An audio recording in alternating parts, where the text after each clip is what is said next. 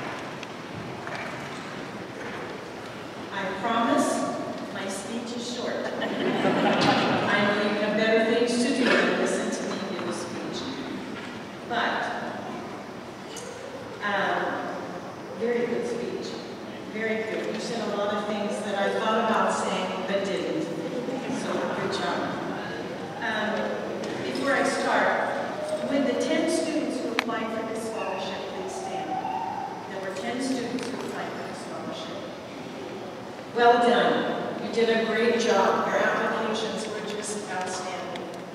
Thank you very much.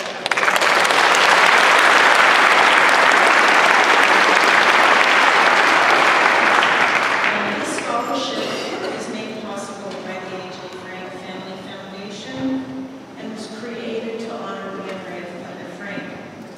Its ultimate value is $10,000 paid out over 4 years. Many of you knew Clement, but for those who didn't, he was a 1966 Regis graduate and worked at Frank Lumber Company for 52 years. He passed away in July of 2022.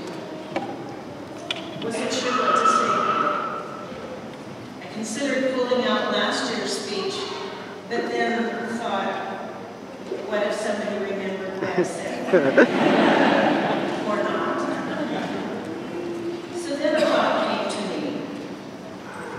Repeating last year's speech would be like putting Clement in a box, making him one-dimensional. And Clement was most certainly not one-dimensional. And neither are you. Clement was hardworking, and he took his job at Frank's very seriously. Some wish not quite so much, because he loved to talk about it, often. But you could tell he was thankful for the opportunities he'd been given over the years to learn and to grow. And I am so very proud of him.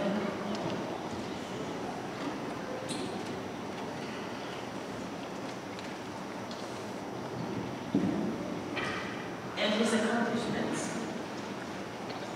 He was a sports kind of guy.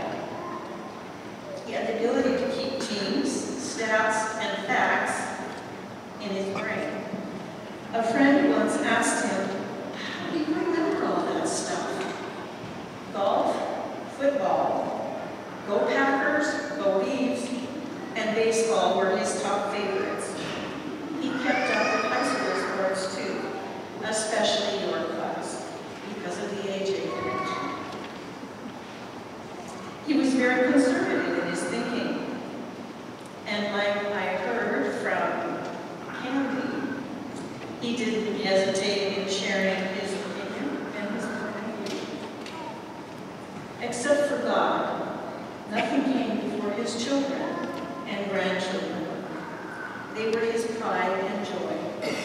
He tried not to miss a game, a track meet, a jiu-jitsu competition, gymnastics meet, dance team, cheerleading, golf matches, birthdays, anything that involved his children or grandchildren, he was there, sometimes driving from Portland to Eugene in the same day just to attend a competition. A top priority in his life was the Lord and getting to heaven. Some of you may have heard this story before, but it's worth repeating because it's a prime example of how important God was in his life. One day, during his illness, he and I got into a bit of an argument. He wasn't supposed to get up or get out of a chair without help. His balance was gone. He was always attempting to get up, sometimes out of loneliness, and sometimes just to prove to himself that he could still do it. This particular day, he was insistent and determined I wasn't going to keep him down. With frustration, he looked at me and he said, "You're gonna make me go to hell, Galen." I said, "What?" "You're making me angry. Let me up." I burst out laughing. What else could I do? And I said, "Oh, really?" As his illness progressed, so did his trust and faith in God. I share these things because when Dave Stutzner and Larry Edsel and I read the applications and interviewed the 10 students who applied for this scholarship, we found each of the applicants to be multidimensional as well, having overcome tough obstacles and hardships already in their young lives. You expressed a desire for knowledge and growth, a love for parents and respect for life, dreams of what you wanted to do with your life and plans of how to achieve it. Each of you shared how you couldn't have come this far without trust and faith in God. Before I announce the recipient, I briefly want to explain the selection process to those of you who don't know it and aren't aware of it.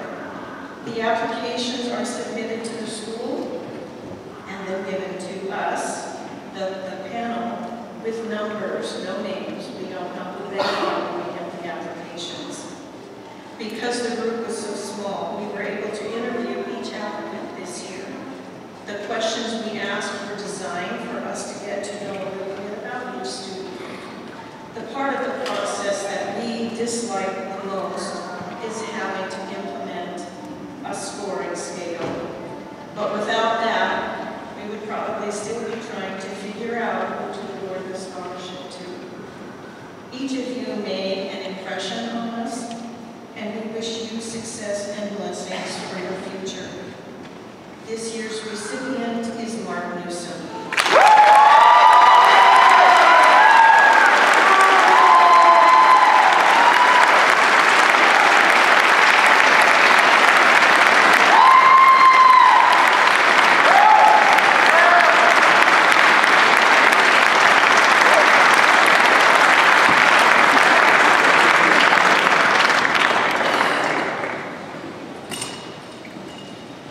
Each year, the graduates choose a commencement speaker, and this might be the first time I heard who it was and thought, oh my goodness. How many emails am I going to get? Troy does so much for our school, it would take a long time to even describe all the things he does. We lovingly call him Professor Gall. He's a graduate, class of 68. 70. Please join me in welcoming Professor Gall to the podium.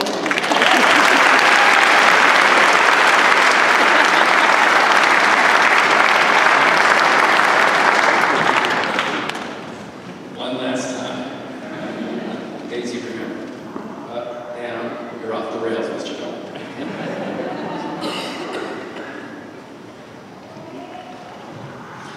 Good evening, ladies and gentlemen. I used to say good morning to you. I want to start off by saying thank you to the class of 2024. It has been a pleasure having you in my personal finance class this year, and for some of you, I've had the amazing opportunity to coach you since you were 5 years old. So it is indeed a great honor that you have asked me to be up here giving this commencement speech tonight. It's been 36 years since my graduation day here at Regis. I remember a few things about that day. I remember being extremely tired because my classmates and I were up all night TPing the convent, the rectory, the school, and yes, even the police station. This was the only other time in history that the state and Safeway ran out of toilet paper besides the days during the COVID crisis. I remember my buddies and I deciding to go commando, that's about naked for anybody wondering, under our robes for the ceremony. But thank goodness Mother Murphy stopped us before we got on stage. But of all these things I remember, I don't have a clue who the commencement speaker was. And I certainly don't remember anything he said. So acknowledging that fact, I make this promise. If I can't make this speech memorable, I will at least try to make it short.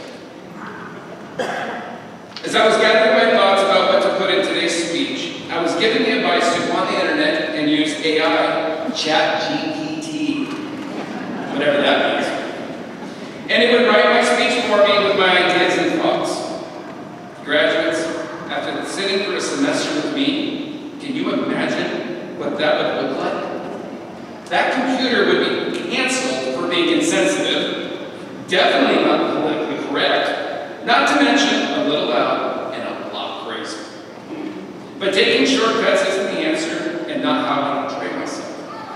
So instead, this speech was created from the wisdom and lessons of individuals that I consider to be wise.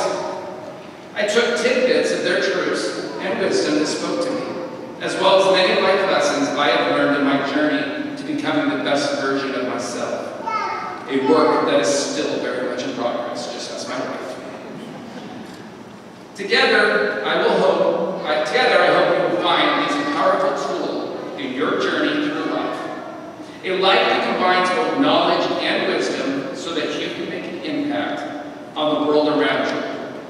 Because it doesn't matter how long you live, it's how you're living that matters. What's the quote I always say, and my man Caleb brought up? The choices you make today will determine your opportunities tomorrow. So make today and every day an opportunity to be great tomorrow. So the first couple lessons I'm going to talk about came from a speech I heard a few years back, given by Matthew McConaughey. Not only is he a good actor, with really good hair, I'm jealous, but he's got some great thoughts. So here we go. Number one, life is not easy. Don't try to make it that way. Life is not fair. Never was, never will be. Don't fall into the entitlement trap. The trap of feeling like you're a victim. You're not. Most of the situations we find ourselves in is of our own making. And the only thing holding us back from realizing that is our own ego. I listened to a speech by Rick Grigsby in which he stated, ego is the anesthesia that deadens the pain of stupidity. Now some of you might have a relative in mind that you want to send that to, so let me repeat. Ego is the anesthesia that deadens the pain of stupidity. Or more simply put, pride is the burden of a foolish person. One of the many life lessons I have had to learn the hard way. Life is not easy, it's not fair, and you're not a victim. So put your ego away, get over it, and get on with it. Because most things in life are more rewarding when you have to break a sweat and work hard to get it. Number two, unbelievable is the stupidest word in the dictionary. It should never come out of our mouths. Think about it. To say, what an unbelievable act of courage, or an unbelievable gift of generosity, or maybe that unbelievable athletic play. Improbable, implausible, spectacular, perhaps. But in the book of Mark, chapter 9, verse 22, the answer is quite clear. But Jesus said to him, if you are able to believe, all things are possible to one who believes. So don't allow yourself to fall into the trap of believing that your goals and dreams are unbelievable. Because through God, all things are possible. Number three, Success. What is success to you? Each of us has our own picture of success. Is it money? That's fine. You all know I have nothing that's me money. Maybe it's graduating from college, that dream job, that healthy, happy family, to help others, to be spiritually sound, or even to leave the world a little better place than what you have. Your answer may change over time, and that's fine, because different seasons of our life impact what's important to us. But do yourself this favor. Whatever your answer is, don't choose anything that will jeopardize your soul. Prioritize who you are and who you want to be. And don't spend a moment with anything that corrupts your character. Society today will challenge your beliefs and values, tell you they are unbelievable, tell you your way of thinking is old-fashioned, that it's okay to forget what you value most as long as everyone else is happy. Rubbish. When life comes at you like this, I want you to take a step back, a pause, a moment of soul searching, because there's never a wrong time to reflect on God's Word. Take that time and revisit the book of Jeremiah, chapter 17, verses 7 through 8. Blessed is the man who trusts in the Lord, for the Lord will be his confidence. And he will be like a tree planted beside waters, which send out its roots to moist soil. And it will not fear when the heat arrives. And its leaves will be green. And in time of drought, it will not be anxious, nor will it cease at any time to bear fruit. Ladies and gentlemen, we are in a moral drought in this world. And more than ever, your faith will be required to keep you strong and keep you on the narrow path to being the best version of yourself. So finally, let's talk about risks and failure. I'm glad Mr. Mayor talked about that a little bit. Loved it. I listened to a speech by Denzel Washington a while back that really spoke to me. In it, he said, I have found nothing in life is worthwhile unless you take risks. Nelson Mandela said, there is no passion to be found playing small and settling for a life that is less than the one you're capable of living. Now, I'm sure in your experiences in school, applying to college, deciding right to go to work, and most importantly, deciding what you want to do with your life, that people have told you, make sure you have something to fall back on. But to me, that concept is a path to regret. If I'm going to fall, I don't want to fall back on anything. I want to fall forward. At least this way, I will see what I'm going to hit. So do what you feel passionate about. Take some chances. But know this, you will fail at some point in your life. You will embarrass yourself. You will suck at something. There is no doubt about it. It happens to everyone. Now, I know that's probably not the traditional message for a graduation ceremony. But you know from our time together in class, it's all like it is. So when you fail, embrace it. Just don't let it dictate the rest of your life. Don't let it deter you from the path you are on. Learn from it, adapt, overcome, and never stop fighting. I failed in my first job. Many don't know this, but my first job was working in an orange juice factory. But I got canned. Couldn't concentrate. Yeah, they put the squeeze on me too. Alright guys, you know me, I had to put one corny catch.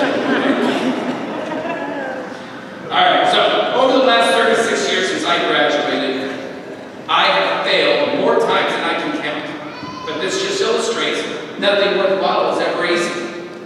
Michael Jordan once said, I've missed more than 9,000 shots in my career. I've lost almost 300 games. 26 times I've been trusted to take the game-winning shot and missed. I failed over and over again in my life, and that's why I succeed. So dream big, and don't be afraid to fail. To fail big, I did. I would rather see you aim high and miss than to aim low and hit. But just remember that dreams without goals are just dreams. All of you have the education and talent to succeed. but do you have the guts to fail? If you don't fail, you're not even trying. To get something you never had, you have to do something you have never done. The question for you is this: will you fall into self-pity and blame others for your situation, or will you stand up and fight to succeed? Do not concentrate on your failures. Don't let the fear of failure paralyze you. Instead, embrace falling forward and put all your focus into 3 words: attack, attack, attack. You might have heard that one before. So now that we've talked about these truths and lessons in life, what are you going to do with them? I read a study that the average American will meet 10,000 people in their lifetime.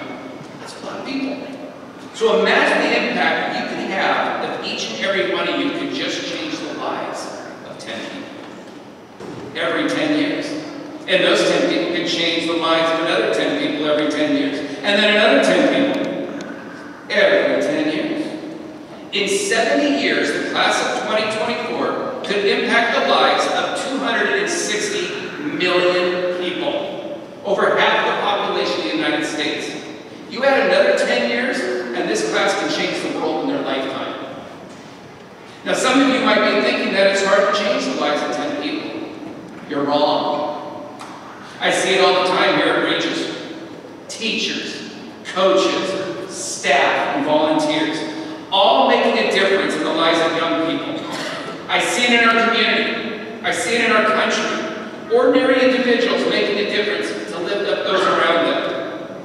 Ronald Reagan, one of my favorite presidents, once said, "The United States, while far from perfect, has done more to lift the world from darkness than any other nation since the dawn of history." Our school model here at Regis is learn, lead, and serve. And while you've done a lot of learning these last 4 years, never allow yourself to stop. Because true wisdom will only come from a heart that is open to learning. Accept the responsibility of leadership. Don't be passive. Because when you lead with a gracious heart, you will be serving those around you. Let people catch you in the act of excellence. I appreciated our AD mentioning this quote last night. It's a great one. Aristotle said, "You are what you repeatedly do." Therefore, excellence ought to be a habit, not an act. John Wooden, one of the greatest and most successful coaches in college basketball. He coached for a living, but his calling was to impact those around him. When he was winning all those national titles, guess what he was found doing during the middle of the week? Going in the cupboard, grabbing a broom, and sweeping his own gym floor. You want to make an impact? Find your broom. Every day of your life, find your broom. You grow your influence that way.